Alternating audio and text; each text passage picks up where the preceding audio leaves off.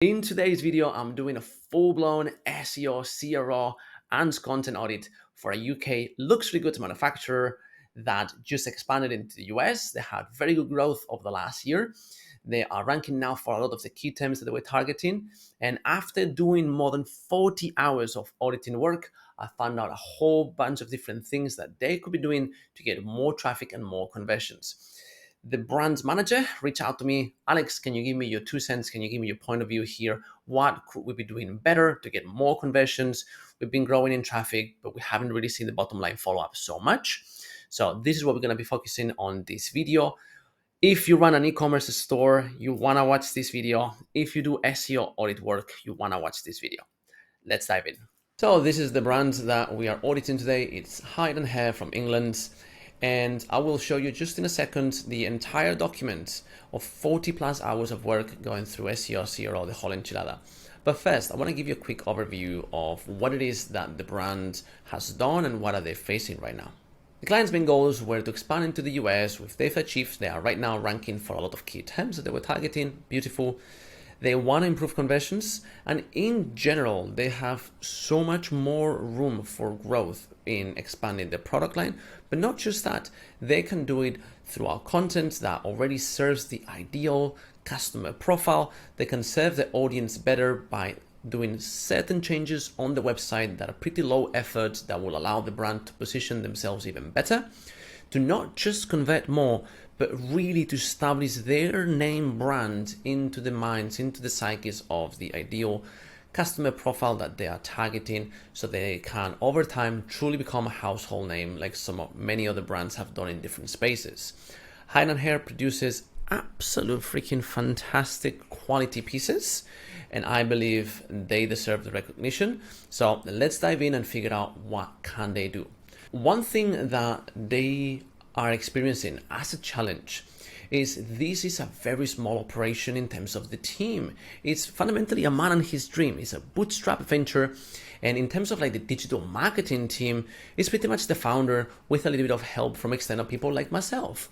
So if you run an e-commerce store, if you are the SEO manager or the e-com manager of an SEO store, and you see a whole bunch of different things on this audit, like, oh, I never looked into this, or I'm not doing this thing, or I didn't know this thing was so important. Don't worry, it's normal, okay? We are all limited. We're only human. I don't know a single human that doesn't have blind spots, okay? Everyone is good at different areas. So it is my hope for you today that you will find on this video value and some ideas in certain areas on your website and your brand for further expansion, for even more improvements, so that ultimately you can make your brand even better for the people that you serve. Now, without further ado, let's dive in. So what do we have here today?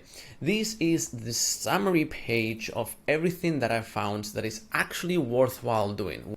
Whenever people do audits, I see this time and time again. They just provide the client with a spreadsheet with very little documentation, very little analysis, and poor guidance, where it's like, do these things, but there's no overview on why those things are important, in which order to do them, and why, and whether they truly align with where the brand is going or not.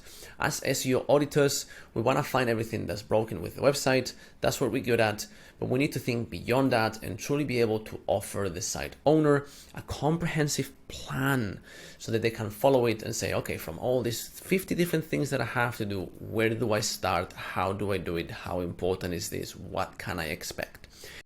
If you run an e-commerce store and you're struggling with SEO, maybe you're losing ground to competitors, or you really want to expand aggressively, but you aren't entirely sure which are the highest leverage areas to focus your work on, you can book a 30-minute strategy call with me using the link on the description box of this video. On that call, we will uncover all the easy, low-hanging fruit available for your brands. We can go over your existing challenges, your main goals, and figure out whether or not an audit of this kind actually makes sense for you. Maybe all you need is that half an hour to get full-blown clarity. There's been hundreds of people that have done calls of that nature with me. You will see the testimonials on the book a call link. Looking forward to chatting with you and helping you with your e-commerce brand. In this video, I will go through absolutely the entire list here. I will show you some parts in a tutorial style and how I've done it. So if the brand manager sees this, they can continue doing that on their own, so they're not completely reliant on consultants time and time again. There's so many of the different things that I've done on this audit that are actually very, very easy to do and implement. So it is my hope for you that you'll get to learn not just what to look for, but also how to do it yourself. This is our action plan. Now I've called it SEO action plan because everything that's on this sheet is going to impact the rankings of the website in one way or another. I'll give you an example. There's a whole section here called technical SEO / site errors. These are things that don't do what they are supposed to do that will impact the performance. Pretty common stuff that everybody knows, like you shouldn't have 400 pages, you shouldn't have broken links, your JavaScript code should work properly. We all know that those things impact SEO. Okay, but then we're gonna have things like site speed that not only impact SEO, they impact absolutely everything. They impact the perception of the brand as well as conversions. We're also going to have things like site structure, aka your navigation. If we come here, we see home, which does go to the home page, but provided that they provide home goods, one could think that that's what I'm going to find. Then we have interiors. Okay. And then here we have very clearly sheepskin rugs, soft furnishings, furniture, and cowhide rugs. That seems to be the entire product line that they carry when it comes to interiors. Then we have fashion, and we have bags and accessories, and then a bunch of dedicated collections by flavor, let's say. And here we can contact them. However, once you analyze how the site is technically built, you see that there is actually some room for improvement for the way that some of the single most important products, namely cowhide rugs and sheepskin rugs, are the flagship products for this brand. And the way that they have the collections pages arranged isn't optimal. It's not optimal for SEO, it's not optimal for CRO, and it's not optimal for conversions ultimately, because it makes the navigation cumbersomer than it should be. So this, again, is not just technical SEO and site structure. It enhances the user experience, which means benefits across the board. Then we're also going to have a few things in terms of on-page SEO. Certain things like making the product titles richer, incorporating some of the long tail keywords that they could rank for, are going to be good for SEO, but you have to be mindful how you do it to not devalue the brand by looking like an SEO play. So all these different things, they all need to be put into context because they are a luxury goods manufacturer. They cannot afford to look cheap because they will alienate the audience. And it's very common to see stores that in an attempt to be the most optimized, they end up looking a bit weird. And that's not what we want here. We want to offer a clean luxury feel experience for the ICP, but we want to make sure that we do that while observing best practices across the board, never the other way around. We're also going to find some things that are very straightforward SEO, such as link building, and a whole bunch of CRO improvements that will say, oh, shouldn't that be on this CRO action plan? Yes, but like I said, all these different CRO suggestions, they will improve conversions, time on site. That would make RankBrain happier, which means you stick more in page one. Okay. Jumping into CRO, this is what we're going to find here. Just the general feel of the website. Can I search things easily? How does the shopping experience feel like? Then specifically on the homepage, are all the key components for an optimized homepage in place? Yes or no? What about social proof? Extremely important. No matter whether you do luxury or any other brands, you have to have your social proof on point. And then we go into the category pages, namely the collections pages, where we're going to look into how they're all organized. What about the product cards within the collections pages? Then we enter into the product pages when somebody gets ready to buy or not.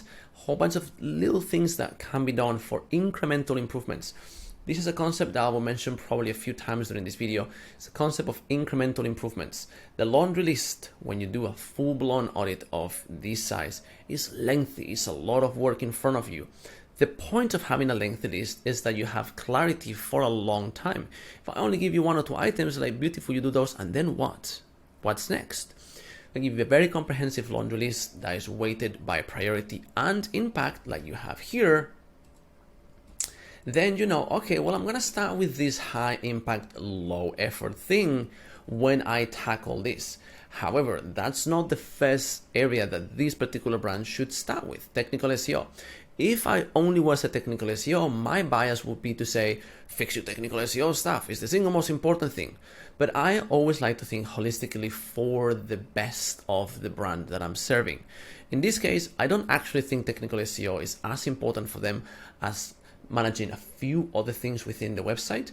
That will be the 80-20 of this, and that list will be at the very end of the video once we've reviewed the entire thing, so there's sufficient context for you to know this. Back here to CRO, again, we're going to do analysis of how's the cart page, the checkout page, thank you page, etc. Some of these I will actually show on the video. Most of this is going to be directly included on the list as general time, true and tested recommendations for the best possible experience in order to increase conversions without damaging any of the brand's aspects. Next, we're going to find our content plan. In the content plan, I've done some expansion and the potential content that they could be producing, and for this I've done a combination of competitor keyword gap analysis as well as some dedicated analysis for the main products, sheepskin rugs and cowhide rugs. And I've added certain things here that I know after looking at the ICP, which I've done a full analysis with using a handful of different AI tools as well as my general knowledge of the niche. I would qualify as a buyer for this. I do have sheepskin rugs in my home, so I very much understand the appeal for a product of this nature.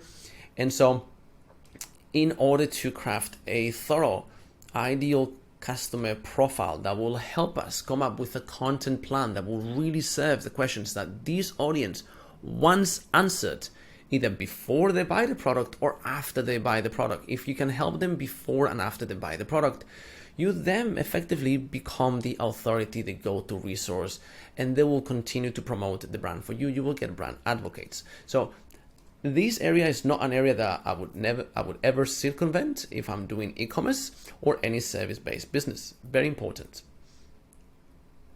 So here in the content plan, then you'll see, okay, there's gonna be questions about like, how do I take care of my expensive cowhide rug? How do I maintain it, right? What happens if I wanna style it in one room or in another room? Hey, what happens if I buy a sheepskin rug and then my beautiful Pomeranian pisses on it? That'd be a bit unfortunate, and I have to do something about it. So if I was to then look for this exact keyword and I find a beautiful in-depth guide from the same brands that sold me the rug and tells me how to take care of it, gives me some contacts in my local area, all these different things, you know, I'll love them.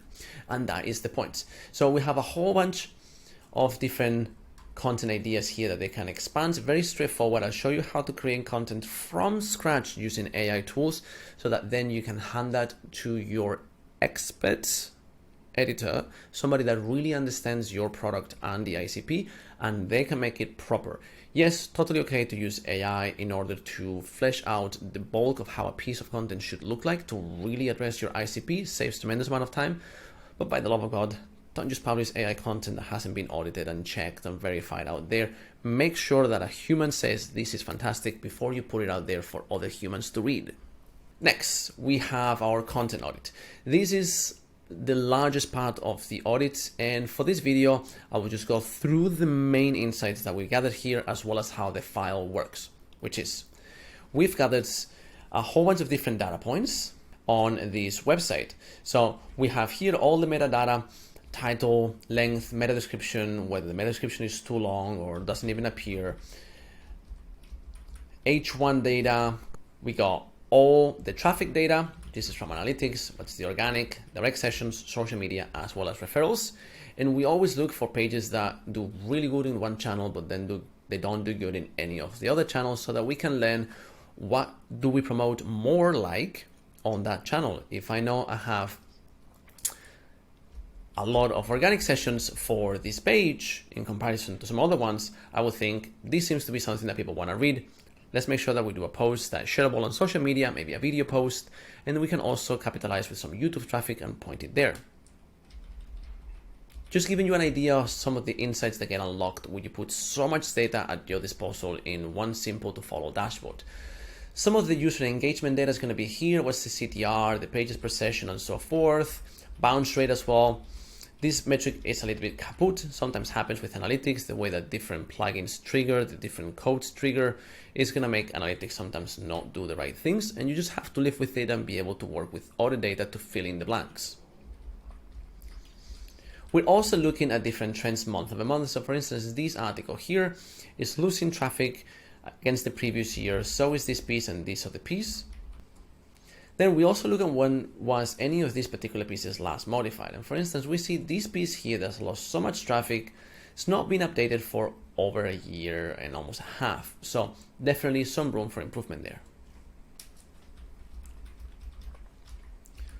We're going to look at how many referring domains in total, as well as final do follow links. So we know here, okay, one domain is sending 5 do follow links. Okay, all these metrics in isolation, they don't really tell us a lot, but when you have so many, you can cross point them and it really gives you a lot of insights. We also look here whether there's any cannibalization issues, which in principle, we haven't seen at this analysis level, but I'll show you later that there is some. And based on many of these data points, we can get some quick assessments. Okay, should we be optimizing the title and meta description for this page to improve the CTR? Yeah, if it's very low, let's do that. Should we add in a longer description with more links on the fold to transfer more of the link juice that this page gets, as well as the traffic into other pages? This particular case, they have a lot of internal links because it's an e-commerce store, lots of referring products, lots of recommended products, not a problem. Based on some of this other data, we also see, hey, should we be optimizing properly for this main keyword, namely run the page to serve for SEO, do all the proper things to make sure that the page is sharp. This particular case, many of these pages, yes, will need some optimization. And last, we give a status for these pages. Okay, this is top content, or this is pages that have links coming to them, but have no traffic. So what do we do with those links? Or pages that produce very little traffic, what do we also do with them? And here we'll be writing some more actions. I've written the most obvious ones because otherwise it's going to be over 1,000 URLs. If I scan through this list and they all have the right actions written there, it's going to be a sea of words. Nothing is going to make sense. I've just written the ones that we need to optimize, and everything else has some other action written on the action plan, or it's going to be wait until you fix everything else and then think about it. Okay. Okay, so this is what you can expect from the following hour or so of content that will go in this video. I'm going to start this audit with what I call the naked eye. This is a simple visual assessment, surface level. Yes, I've spent already a very long time looking at this website, so I already know kind of what to look for. And I also have a very close picture. So when you see this from the outside, you might see things that I haven't seen because I've spent so long looking at the picture that when you look at it with some perspective, you're like, what about this thing here? And this is the points that I also want to illustrate with this video. We all have blind spots. So if you do see something that you think Hyde and Hare could be implementing and making even better, drop a comment below and let us know. For starters, what do we see? As we land on the homepage, we get welcomed by a large, very high quality video for the love of fibers, natural and sustainable. I get the play with capitalizing for an F in fibers, right? I will probably capitalize the whole thing, right? I will also capitalize love, right? Not really a problem. What I mean to say with this is when you choose an aesthetic style to follow throughout the entire site, be consistent. Now, the video is very beautiful and it does showcase the products and it does make me want to touch and feel the thing. But as a statement for the entrance of a brand that I've never seen before, right? I would have a bit of questions like, what is this shop about? Okay, the home of natural fibers, Condé Nast. Let me click on that. Let me read the article from Condé Nast. Oops, this is not where it takes me. Okay, so you see, this is one of those things where I expect one thing as a user and I'm given a different thing. That will be confusing. Not very good. That's fine. Okay, now as I scroll down, then I see hand selected sheepskin rugs. I see British throws, beautiful. Okay, and then I can see a little bit better what it is that they do. And then I see this collection, British made, one of a kind, big, beautiful cowhide accessories such as this gorgeous bag. Okay, fantastic. And then I see a bit more here. And then now I can really start envisioning many of these products in my own place and thinking, ooh, should I get one of these large sheepskin beanbags? They look absolutely fantastic. Now, one thing that I've cheated on here is I have the site at almost 150% zoomed in. When I look at it at 100%, I have a bit of a problem, which is the fonts are all very small. I'm at a completely normal distance against my monitor, the typical less than a meter distance, right? Probably a bit too close according to my eye doctor. And I see here, these fonts here, they already become very small, hard to read. So I do get the point of having a clean, minimal aesthetic into it, but it goes over, in my opinion, the sweet spot.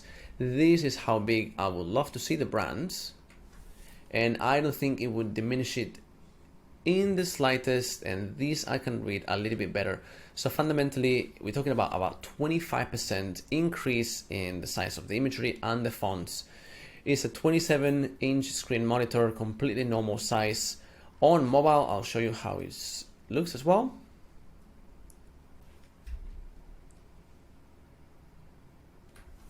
Okay, and also very small, right? It's a little bit too small. So yeah, this paragraph will become a little bit hard to read. If we look into the ICP, we see that the primary audience at the target is going to be 35 plus, up to people like my parents, way older, right? And I can envision somebody like my auntie reading this and really having to squint their eyes and see what's going on. That is not necessarily the experience that we desire for our audience. And so it's a very small thing, but it's going to impact the general look and feel of the website. Okay, so now let's go into a category page to see what I find. Okay, looks like a different video. I see one of the rugs on top of a one-seater sofa, beautiful. Had a bit of an intro here.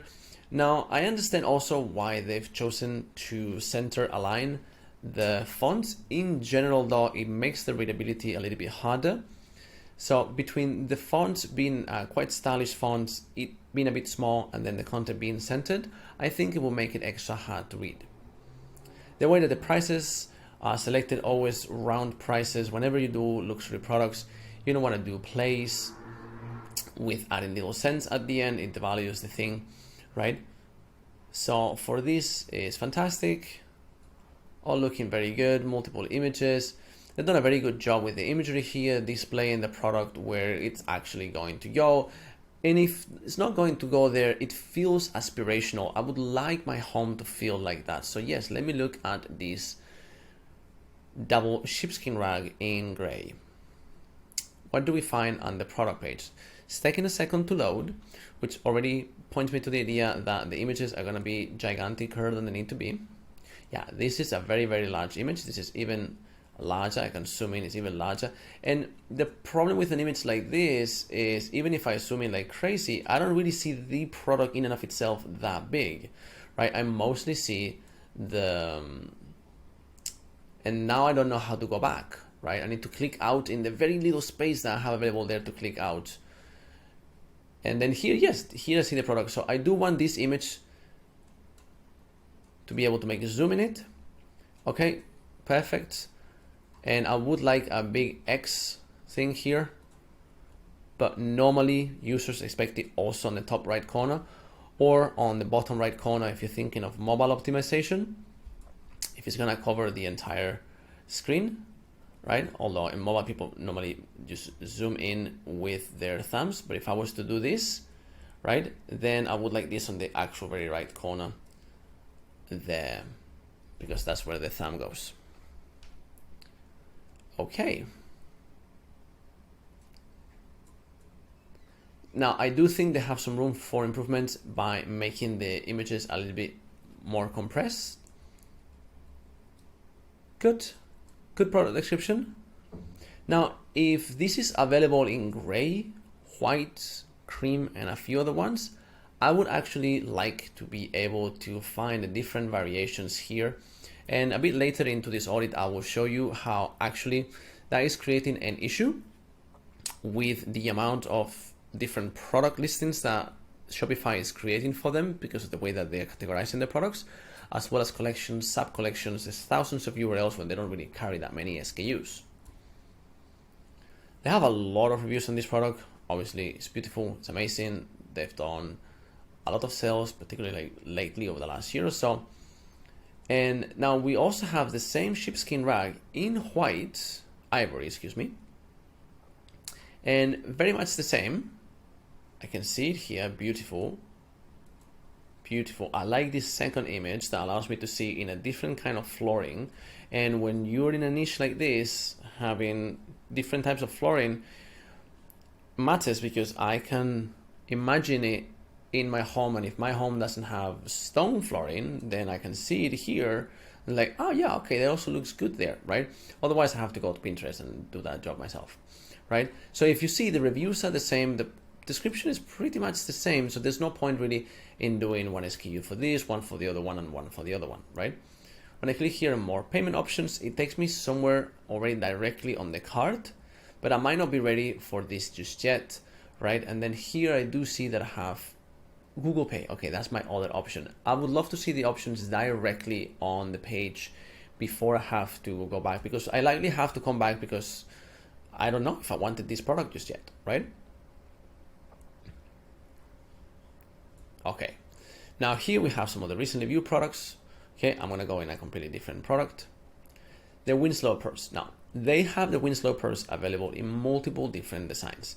And same deal, I would love to be able to see all the different variations here with miniature images. I click on it and it takes me just within the same one, instead of having the purse 1 and then they have here the purse 2, right? And it's gonna be a different one. Now, I understand some of them might be discounted, some of them not. That's all things that you can set up conditionally within Shopify. And when you have that, you can also consolidate reviews, because the other Winslow purse did not have reviews and this one has one. If I have it all consolidated, every review basically goes to the Winslow purse as a product with the zebra variation, the leopard, all these different things. It's a little heavy, makes absolute sense for the materials used, so that is just what it is. You see, they have so many different beautiful variations of the same design of purse that I would actually love. And then here again, we have even more reviews. So that's a big win to be had there by just consolidating the products and the reviews. Now here they do have details, delivery, and what makes the bag so special, but I don't remember seeing that as a drop down on the other product. So again, another thing that when you have multiple listings, okay, they do have it here, but have details and delivery. They don't have the other widget, right? And the details are kind of duplicates. So this isn't so helpful. There's gonna be some room for improvement here by adding some other drop-downs here that are things that the ICP actually cares for, like where is this manufacturer? Where are the hides sourced from? What's our whatever brand commitments? What do others have to say? And then you can go like, what's this story? Okay, free worldwide delivery. Okay, is there a minimum expenditure or is it always free delivery? So you see, for instance, this product, right, having 4 stars. If the shopper doesn't actually go and read the review, they might think that it's a lower quality product than they expect, only because it has 4 stars, even though the only complaint is that, hey, it's a bit heavy for this particular buyer, for Carmelita. Okay, but some other buyer might find it beautiful and might actually enjoy the fact that it feels a bit heavy because it feels more luxurious. So it's all a bit of a perception thing. And now this other product here doesn't have any reviews. So unless I'm doing the effort of going through the site and looking at all the different ones, and also I don't know how many of these ones they have. Is it only these 5 that I'm finding here? Is there more? And if so, how can I find it? Is there a category page where I can click and it says Winslow purses and I click on it and it shows me all of them? I don't know. Let's see. Let's go to purses. Now, I've gone so fast because I've already navigated the site for hours, But otherwise I will have to come here to fashion and kind of like start looking, and the font's a little bit too small, hard to read, even with the zoom in, right? So yeah, I'm here and I see cowhide wallets. Now I did hit purses and I'm seeing cowhide wallets. Same but different, I understand. Ideally you wanna keep continuity. So if I click on purses, make sure that this says maybe cowhide purses and wallets, so that I feel like I have, matter of fact, landed on the right page, right? Here we have some read more, although for how little content it is, which is literally 2 more words, I would have it without the read more. You show the whole content, and if we're gonna shrink content within a read more, then let's make sure that we make the page very content rich. We add a whole bunch of FAQs also at the bottom here, right? They are ranking very well for these kind of keywords with very little content on the page. If they add a little bit more, make it a little bit richer, and they add the kind of things that the ICP wants to read, they will do even better. Again, going to the idea. So I can see the Winslow in this color, this one, and this one is sold out. Okay, so, and then, and then this one here. But you see, but this, like, I'm not even getting them all in the right order. Like, these two kind of have a similar print, but this is a different one. It's the Cavendish. Okay, let me have a look at the Cavendish. A lot more images of the Cavendish as well, right? I get to see what's the actual inside. It has the one with the zip, the little pockets for cards, everything. So this is going to be very useful for potential buyers. If I'm buying a wallet, I want to know exactly what pockets they have, how thick it is, how many folds. I want to know the exact thickness. I want to look into my pocket or what I normally carry. That I'm a man, of course, it's like the difference. But also to know, like, very good photos holding the product, so that people can envision themselves, like, how is it going to look in my hand? How big is it really? Because these might mean nothing for some people, okay? Like, not everyone can tell top of the mind, like, exactly what 20 centimeters look like. Like, how, like, what's 20 centimeters, you know? So, and it's good that they have it on both European and international. It's good that they have it both on international ISO as well as in Imperial, so that people from different places that are shopping know, okay, this is the size that I can expect, right? But then again, I land here and I want to see more Cavendish. Do they have it in other colors? I need to go back, right? Do they have more Cavendish wallets here? I need to do all this navigation. It's going to take me a little bit of time, right? Where instead, if I am within wallets, only wallets, right? Or if I have had richer filtering options on the sidebar where I can maybe filter by name, right? As the brand establishes itself even more, some people might already know what the Winslow is, right? Maybe within a niche audience, but that niche audience that maybe comes from Instagram or any other place, they will want to see, yep, I've heard the Winslow is amazing, my friend has it.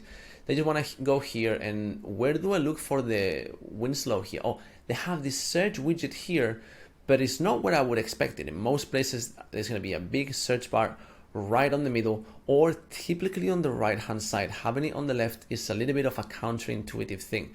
And then I have the search out store, and I'm going to go to Winslow, and I want to see what kind of results do I have. And I see 6 options indeed. God bless. Okay, so the easier we can make this experience for shoppers, the better. More conversions, happier rank brain, better rankings, which means more traffic, which means more shoppers. It's a compound win. Okay, let's go and check out. Notify me when available. Good move here. Let's try to check out here for the Winslow. Let's see how it feels. I'm gonna add to carts. Okay, it immediately opens the widget here with the cart, with everything. Shipping, taxes, and discount codes at checkout. Beautiful, I'm gonna check out.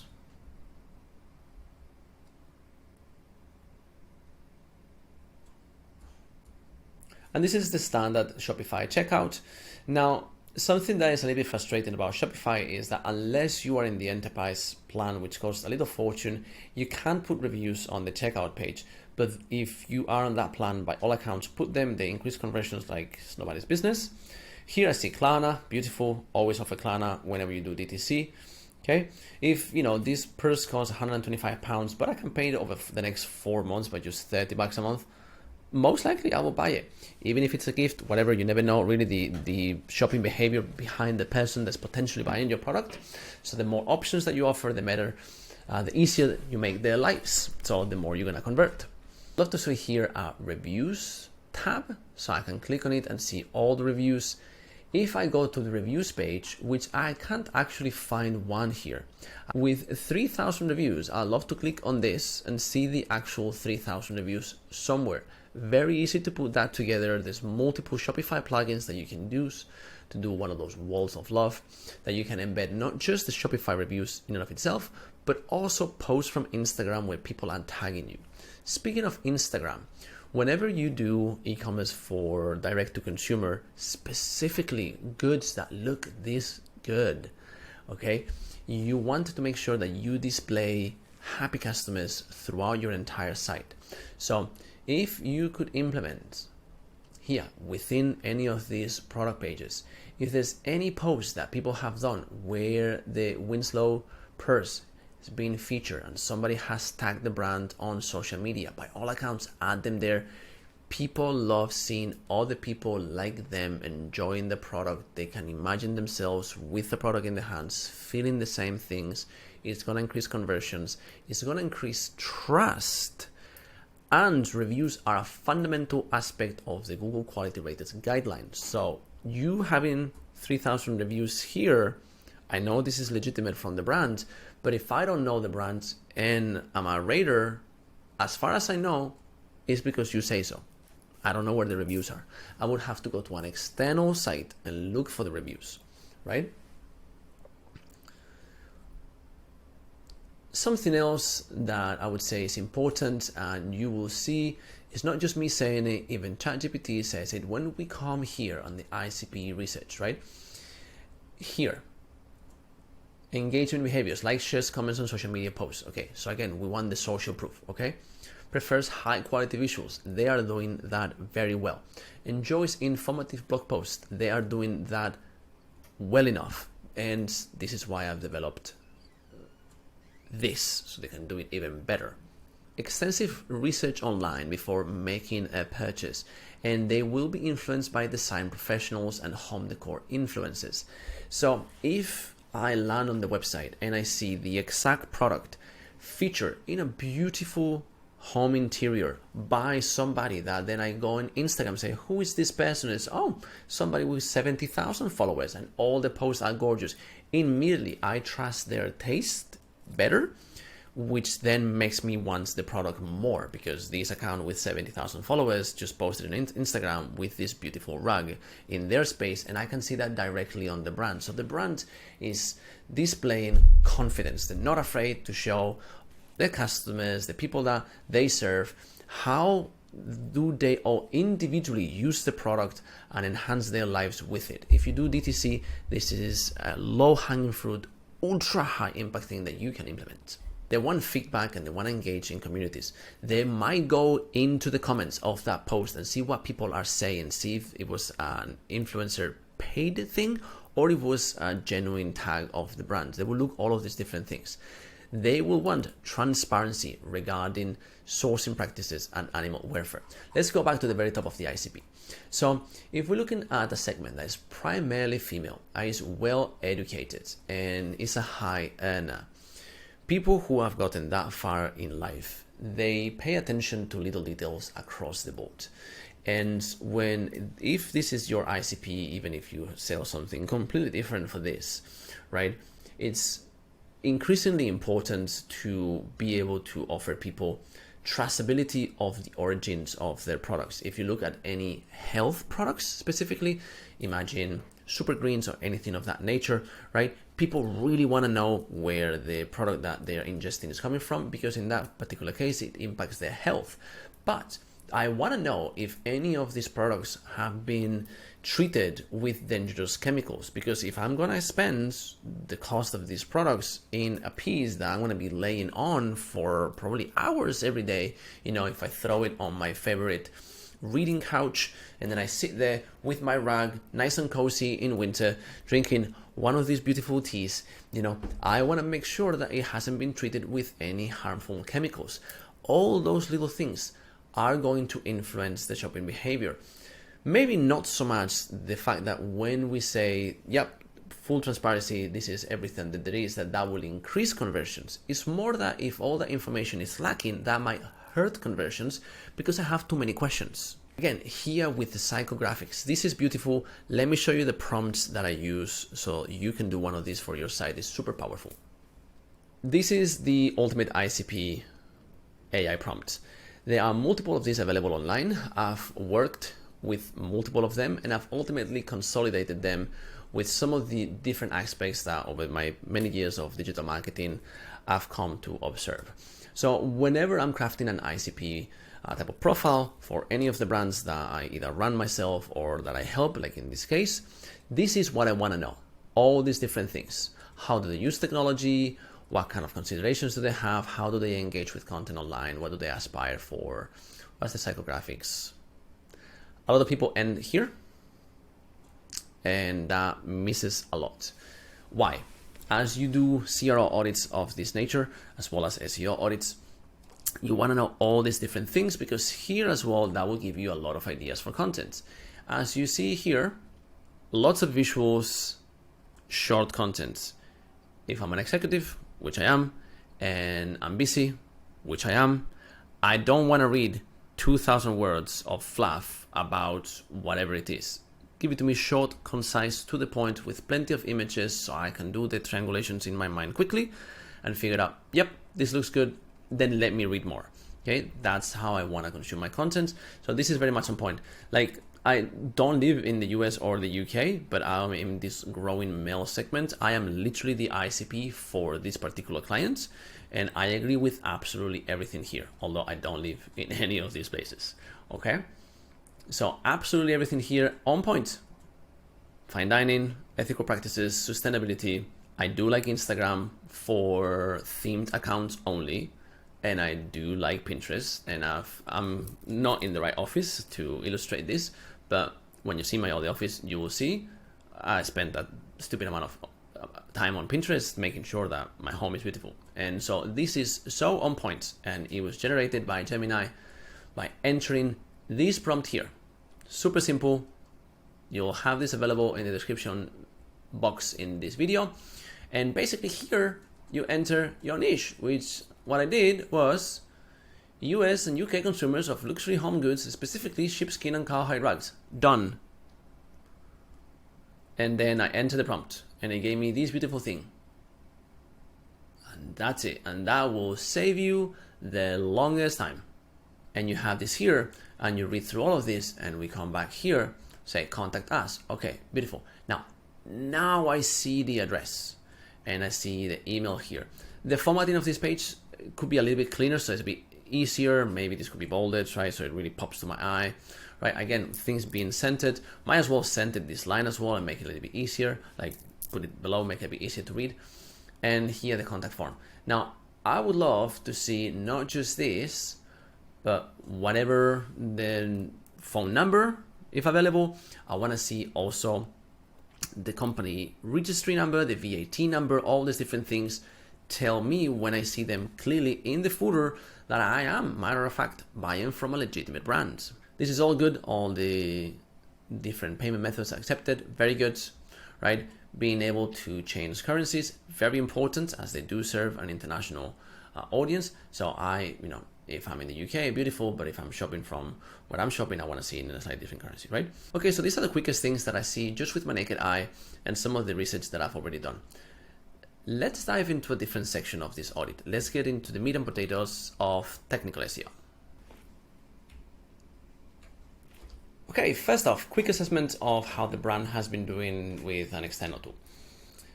Ahrefs says that they had very, very good growth since summer of about 2 years ago. Specifically from last year, they've grown a lot.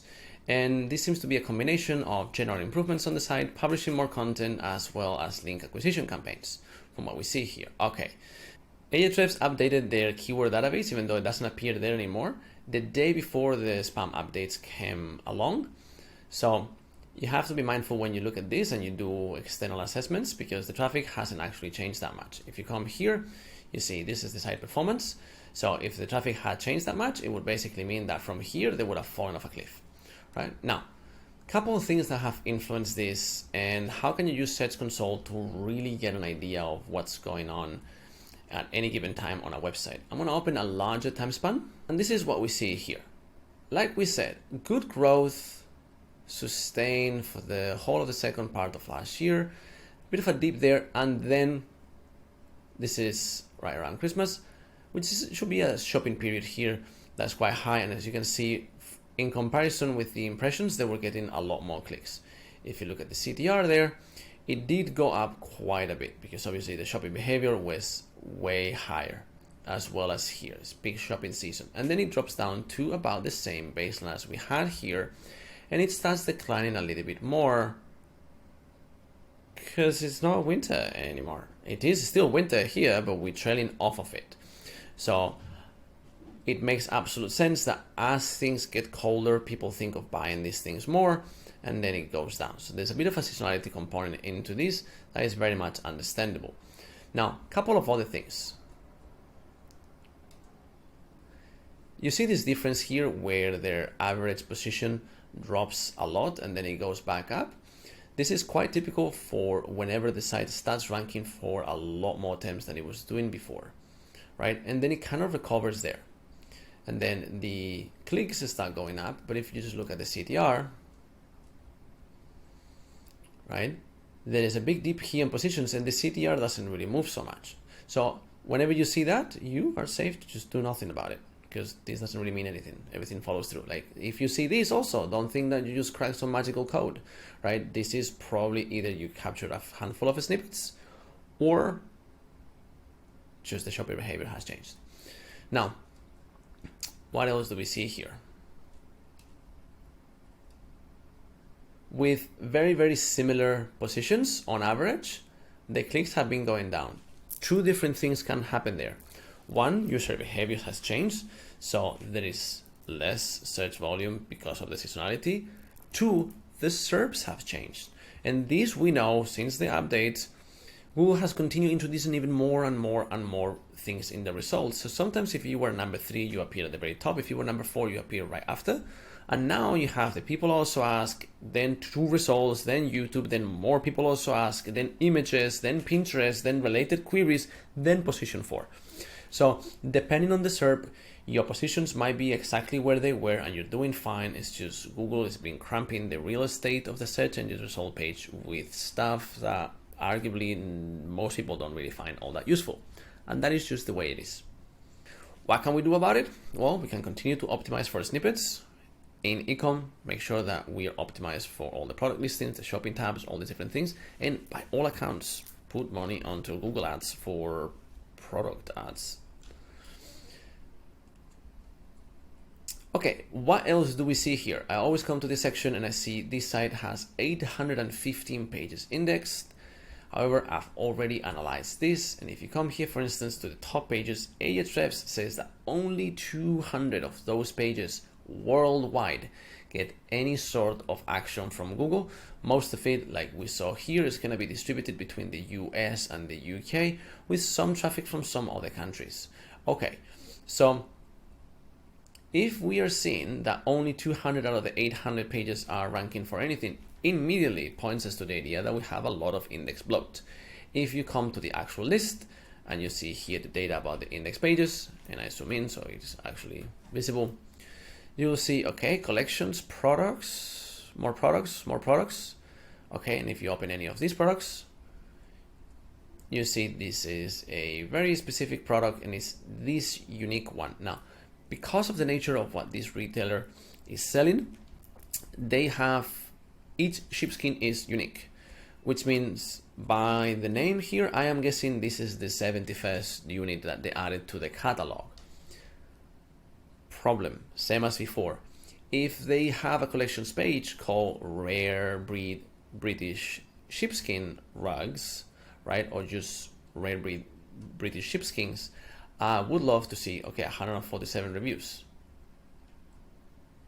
Reviews aren't loading, bit of an issue there, right? Okay, this is stand in Yorkshire. Beautiful. Can I click here and then go and see images of the tannery where this is produced and see the story of the place and what kind of heritage do they have? When people buy into luxury products, they buy into the heritage. That's what they're putting on their homes. They want to feel like the piece might be brand new, but it already has history.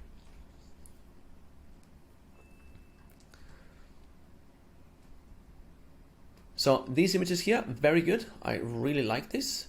And again, I would love to, for instance, click on this Yorkshire Red Breed sheep and read about that specific sheep, what makes their skin so important, you know, what makes this material so special. Okay, the sheepskins aren't dyed, the color of each rag is absolutely natural, beautiful, right?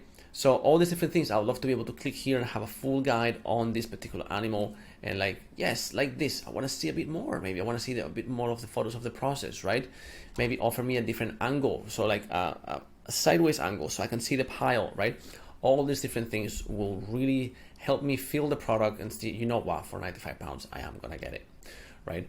So again, for the quality of the products, I think their prices are ridiculously good. So what do we do with the other 600 pages? Well, I've already done that work here and I want to show you how it works. If you really want to know all the content that's bloating your site, you can just wing it and go to that list in Search Console and try to put it on a spreadsheet and come URL by URL, because that will drive you insane. What I've done instead is I've ordered this alphabetically, right? And then I see, okay, a bunch of new pages here already that I know don't need to stay alive. Like, okay, top 7 favorite Cotswolds country pubs. Probably not worthwhile having. This one here also not worthwhile having unless you know for a fact that this is content that appeals to the ICP. I wouldn't have it, right? Now, going back to the idea of the products, because these pages are a handful. NPL giveaway, like this is like 5 to 6 pages, right? Cowhide write the core ideas 2023. I would update the post and just have it as an evergreen piece of content on how to decor with cowhide in general. As you see here, you have all the different versions of the Calcott, right? They have a model, and as they receive different materials, they make the model in unique prints. Beautiful, but that creates a problem for them, right? If you are expanding your product line and you're adding more colors, more variations, more versions, the same principles that I mentioned apply. So instead here of indexing and having Google crawl all these tons and tons, let me show you this issue, right? This goes beyond what's indexed. This is also in terms of what we are asking Google to index, but they can't be bothered, which is here. Crawl but not index. 2,200 URLs. Uy, uy, uy. Uy, uy, uy. Right? And we have a whole bunch of URLs here. Uy, uy, uy. Right? This is crawled. Google doesn't need to crawl many of these things. Google doesn't need to crawl any of these things. We can just block it in a more comprehensive robots.txt file. Talking about robots.txt file, let's have a look at theirs.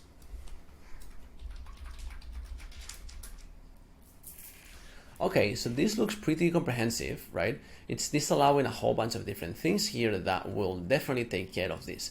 So I think a lot of that indexing issues could have been from before many of these lines were added. So what I would do is whatever is already being indexed, I would make sure that it does drop from the index. So the way to go, again, you download this whole list, you put it there, you order it alphabetically, and what you do is you get all these URLs and you dump them on a list that goes here called removals, new request, and you go and you upload all of them. Now, a different way to do it is by prefix. So you could remove everything within the collections /accessories/products, because that particular one, we don't need any of this, I'll show you, in the index, because we already have those products elsewhere. And you see now this is doing a 301, but it was available before if I actually open the URL with the product.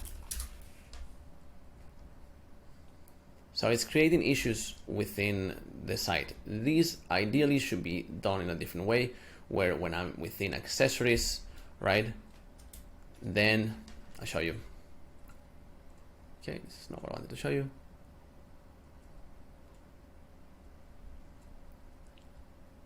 You can have all of these to be navigated the way it is, that's fine, and just be filled by the main categories.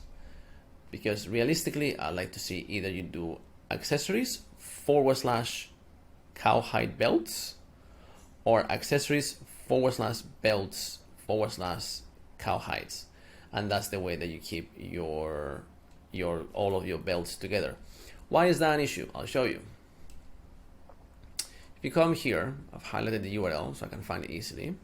These two individual products, these Foxley and these Vermont, are trying to rank for broad category defining terms such as cowhide bags and cowhide belts. But the page that should rank for either of these is the actual category page for cowhide bags and cowhide belts. So all of these different products, particularly when you have multiple variations, they're going to be creating problems either by using a lot of Google scroll budget or by creating some bloat in the index. And some of them, they don't have any traffic either. Like this fourth variation does have some traffic, but it's going to be through navigation. So instead, what I would do here is I would create a simplified collection type of menu. And I've added an example here so it's quite clear. With cowhide rugs, if you look at the pages that are doing the best, you'll see the big broad cowhide rug in pretty good position, right? Then you're gonna have gray cowhide rug, and it's a different category for gray. I would love it to be cowhide rugs / gray. And then it's very simple to navigate and establish breadcrumbs, because when I'm here, I could have little breadcrumbs here at the top that says that I'm within Hyde and Hare, interior, cowhide rugs, gray. That allows Google to establish the tree map of the website in a cascading order from the main idea, which is the brand, into interior and fashion. Then within interior, I'm going to have cowhide and sheepskin, and within cowhide, I'm going to have gray rugs and white rugs and double rugs and all these different things. And that is the best way to establish a clean topical map within the site with the same content that you have. But basically what you're doing is you are categorizing it by chapters instead of having all the pieces of content laying on the floor in a pile, which is the equivalence that we find here. And then once you have that, everything that goes out of that format that you've structured, you know you can trim it. When you don't have that format, then you don't know exactly what do I do with this page. Do I index it? Do I not index it? Right?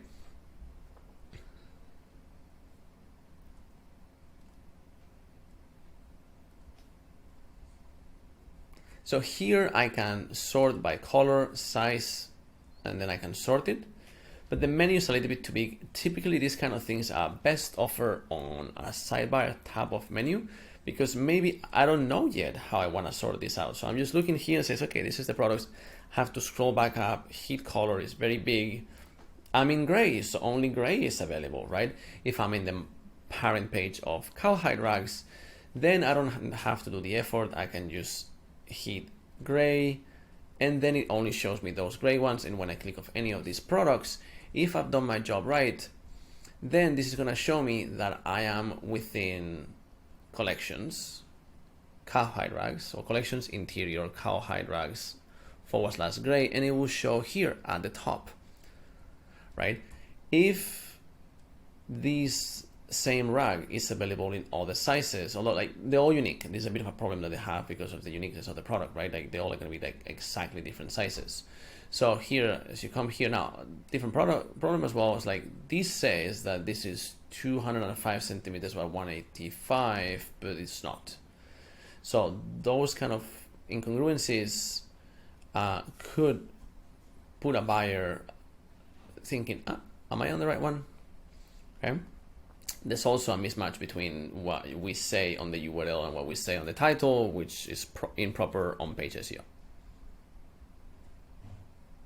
And here we say these buyers have bought other sizes, right? They bought the 230 by 175. So like I wonder, hey, oh, they have them a little bit bigger, because I would like a little bit bigger, right? I want to put it under my sofa, and my sofa is 2 meters 50, right? So maybe 230 is fine. I can have a 10 centimeters on each side. So how do I get this? If I click on this, it doesn't take me anywhere. Okay, that's a bit of a poor experience. So this is the kind of things that are quite easy to solve just by having proper internal navigation in place. For that, again, how do we set it? We have the entire list here. So you can go here and do it by color, and then in large rags, then you could have subcategories. I haven't gone that deep there because I also don't know if this is something that the brand has not done on purpose. But realistically, within large rags, you can go for some of the standard sizes that you see the most common, like, okay, 180 by 175, 200 by 175, or maybe 230 by 180, something like that, right? And you have them available there as dedicated subcategory pages, because somebody might be literally Googling how high rag 240 centimeters, right? And if that's what they're Googling and you have a category page that targets exactly that, you will be at the top because it's so long tail. And that person knows exactly what they want to buy. So the chances of them converting are through the roof. I'll give you a different example here. So we have all these cashmere socks where the only difference really is the color. And this is one that is too easy just to create a dedicated variation within the same product listing and have them all available there. Because I can see the sock stem and I can see them here in a different color. And okay, that takes me to the gray and I can see them here, but it changes. I'm not within the same, I've gone to a different product, right? And I have to do this little scroll here, not very smooth, right? Ideally, I want to see maybe the name somehow in some sort of overlay where it tells me like, this is all different colors, right? Because also if I have some sort of like, okay, cream, right? So if I had them within just women's cashmere bed socks, not only is a bit of a nicer navigating experience, but also you will see many of these pages are trying to rank for the same thing, but they will all struggle because they're all trying to rank for the same thing. If I create a collections page that is women's cashmere sleeping socks, right? And all different variations are available there, but it's only one listing, and that listing canonicalizes back to the main collections page, and that page gets 1 or 2 links. It's done. You'll rank at the top. It's too easy, right? And then what do? Okay, how do you support that instead of supporting it by having tons of products? How do you support that by content? Glad you ask. If I go in and do this, and I come here to the Keywords Explorer, and I just say cashmere socks. I'm just gonna say socks, okay? I see a whole bunch of questions. How to wash, where to buy, blah, blah, blah. You can also go to the all terms and you will see for women, for men, best socks in black, in red, blah, blah, blah. So 15, not sure what that is, probably a brand, right? Latest cashmere socks. So if you can have the brands optimized for this, where the contents that these sub keywords are targeting, it's within the category page in the content, and then you have the products that says variation, black, blue, lilac, green, red, whatever.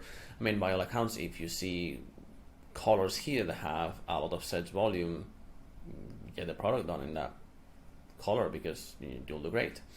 Then that way you can have all of this consolidated with one collections page and one product that has all the variations inside of it. Then you go and you write some contents based on the questions that people are asking, where to buy them, how to take care of them. This product didn't have so many, and this is how you do it. I'm gonna go back to this example here that I gave, cowhide rugs, and I'm gonna show you how to do it. So you enter the main keyword, go to questions, and you will see a very long list here. I've downloaded the entire list. You hit export, download the list, copy, paste, go to ChatGPT, you come to the keyword cluster bot, and you enter the entire list there. It says cluster these keywords and give me article names, list the keywords in a bulleted format. and it did exactly that. It's going to tell you, okay, a bunch of different articles for cleaning and maintenance, specific stains, general maintenance. Now, sometimes you might want to separate this into different articles. You can look into it, see, okay, how lengthy is this going to be?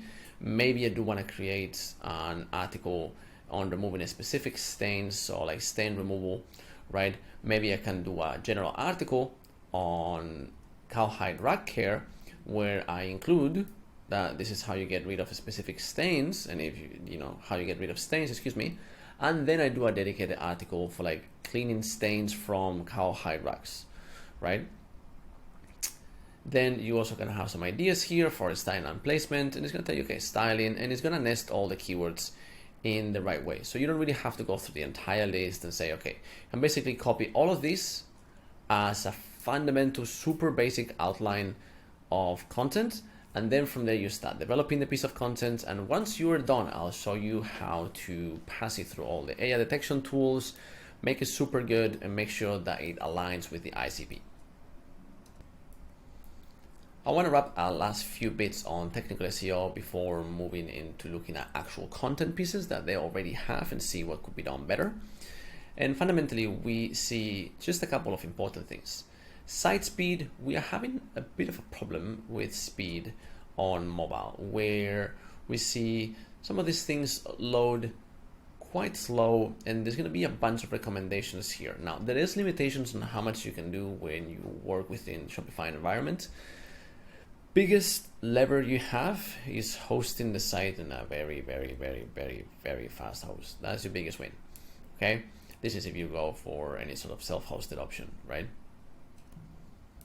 Now, mind you, this doesn't apply to Shopify because it's self-hosted, but if you are in many of the other CMSs for ecom, or specifically on WordPress. So that's going to leave us with some of the things here. Third-party code is going to be one of the most important ones. See Klaviyo, which of course they use for the email, but there's different ways to include these codes to make it a little bit more optimal. Then we're going to see analytics, some of the pixel for Facebook. We see ClickSys, Google Fonts. Many of these things could potentially be added in a way where they don't take so long to load. You can always go with headless Shopify, but it is quite a thing to implement. Now, the site in general is fast enough. When you come here to settings within Search Console, and then you go to crawl stats, you see that the site is responding almost on the target of 200 milliseconds or less, sometimes a little bit under. So it's pretty good. I think if they do a little bit of improvement on how they add some of the third-party code, and there's going to be plugins that they might have installed on the site that they don't use anymore, whatever you can remove from the installation is going to make it a bit faster. Then here, more specifically within the audit, you'll find a breakdown of all these different things: the duplicate meta descriptions, multiple H1 tags, alt text, internal broken links, broken external links, missing meta descriptions, and then backlink analysis, which I'll do a little bit later. And those cover all of these different things. If you want to find all of these on your site, you have a handful of different options. One, you do it by hand and you go crazy. Two, you use Sidebulb, which looks like this, and it's a little bit easier to understand. Something else that you will learn from running an audit on Sidebulb, if you like really ugly menus, instead you can use a Screaming Frog. They're about the same thing.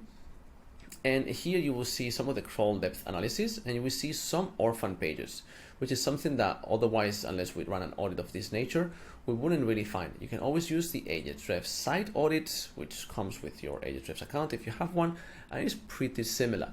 And all the different issues will be nested here within the different SEO tabs. It's going to tell you all the different problems, whether anything doesn't open the right way. It's going to give you all the different recommendations, the H1s. Basically export all of these, put it nice and pretty on a spreadsheet, and then remove all the stuff that actually doesn't make sense and weight it by order. This is what we did here. It takes quite some time to do, but it's worthwhile doing. Now, is it worthwhile to start working on that when we have some more high leverage things to do? No. And this is why I'm going to run you at the ends of the highest leverage things that we can do. But it's important to know what to do and where to do it. For instance, if we have any broken external links, then we need to know where the broken link is. So there's a link from here to here that doesn't work, right? Okay. So we need to know all these different things. These are the broken internal links, right? These missing meta descriptions, we need to know where. So any of these don't have meta descriptions and we care, like we don't care for this, right? So that's fine. Do we care for this? Yes. Do we care for this? Yes. This one also yes. This one also yes. This one probably yes. We want them to rank for like, you know, spotted leopard so and so. Spotted leopard purses is, you know, guinea fowl clutches maybe, or guinea fowl belts thing they have. So it will be good to have a meta description. Again, not super high leverage, and this is why we ordered everything by way at the beginning. So if you come back here, we're gonna see, hey, fixing this GDPR consent widget that is throwing broken JavaScript. Yes, that is important. And so next we're going to look into the backlink profile, and for that we're going to use two different tools. One is Ahrefs and the other one is Link Research Tools. I've already run the site through Link Research Tools, and what it says that it has a high domain detox risk. You have to be careful here because this tool loves to say that your links are bad. You have to be a bit trained and run it through it. They say that they have all these kind of bad links, and this is the reality. When you download all of these lists here, I mean, you can see this and say review, right? And you will see the kind of links that they are telling you that they have, that they're bad. And in reality, most of those links are very obvious, like, okay, you know, random domain list, Alexa sites, you know, Hiba, whatever, interior design directory, all these different things. Those sites are all worthless. You can remove all of them, right? That's not a problem. The best way to do it is get this baseline number, okay? And then you simply go to Ahrefs, you download the entire list of referring domains here, which I've put here. And then you do the following. You use the following flagging system. If this is under 10, and this is under 100, and this is under 200, and this is under 200, it's gonna get a flag, right? And if this is over 1,000, it's gonna get another flag. Anything with 5 flags is gonna be for sure crap. How do I know? I mean, look at all these sites, right? None of these are gonna do anything. Very low domain rating. They don't get links from anyone. They link to thousands and thousands of domains. They don't rank for anything and they don't get any traffic. So you basically put all of these that have 4 and 5 flags. You can check some of these ones, make sure that they're not good sites, right? All of these ones that have 4 flags, which is 90, right? 30% of the backlink profile. You throw it into a Disavow file. Then you upload the Disavow file into Link Research Tools. Says, this is my Disavow now. You rerun it and you'll see this drop like crazy. And you are probably good to go. That's the cleanest way to do it. I suggest to do this. Depends on how many links you're acquiring over time. If you're acquiring, let's say, like the velocity that's here, if you have a jump like this, right? Jumps like this is when you want to really look into your profile. So always keep an eye, like we go from 65 domains to like 160 in barely like 2 months. Then that indicates some spam was accumulated there. So if you aren't seeing any massive drops here, right, which we aren't seeing, because again, this was all verified through this and the seasonality, and you aren't building garbage links, then you're good to go. Just do that and that will clean this up by just cleaning this up. And this is super easy to do, takes barely a few minutes, and that's the quickest way to do it. If you suspect or this number is like in the 3000s, then you can do a professional disavow reviewing each and every single one of these links here. You can review, protect, you can go here, okay, let's review these links, data. And you see some of these ones here, it's like even some of them, like they're suspected, right? Like La Banda de Jonas, so this random one here, this like Sun Med Clinic, Cowhound manufacturers in the USA, like obviously on many of these things, they're not gonna be anything worthwhile, right? There's 3 snails that come with some random list. Like those are the kind of like crappy links that most sites acquire on their own, right?